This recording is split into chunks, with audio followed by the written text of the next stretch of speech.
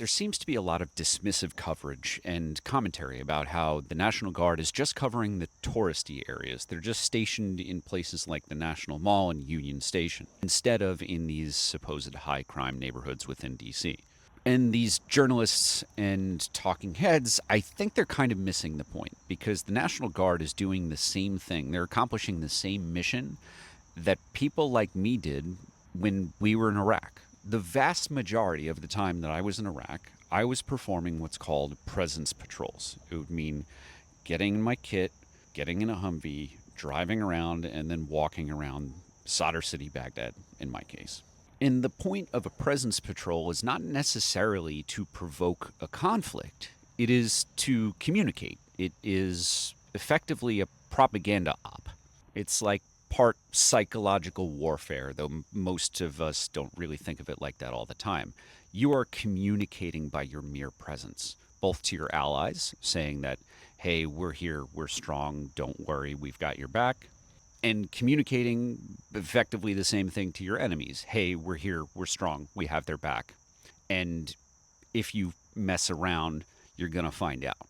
The reason why the National Guard and those military uniforms are in all the tourist areas is because it's the highest visibility, because this is a photo op. It's not just to communicate with the residents of DC. None of this is about crime in DC. It's about communicating to Americans everywhere. These photo ops, the propaganda videos that the administration is publishing, they are meant to embolden MAGA Republicans, people who are, have sworn fealty to Trump, and to intimidate the rest of us. Again, the point of a presence patrol is to show strength. So people who are dismissing the fact that the National Guard is not in areas where they are likely to get in conflicts, they're missing the point.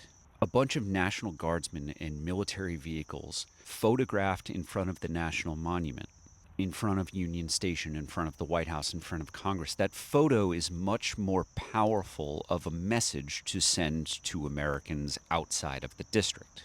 And because that is eating up time and attention from all of us, even for those of us paying attention, we are seeing less of ICE and DHS and other federal forces doing things like violating people's constitutional rights. So when you see someone dismissing the fact that National Guard are in these high visibility areas, just know they're missing the point.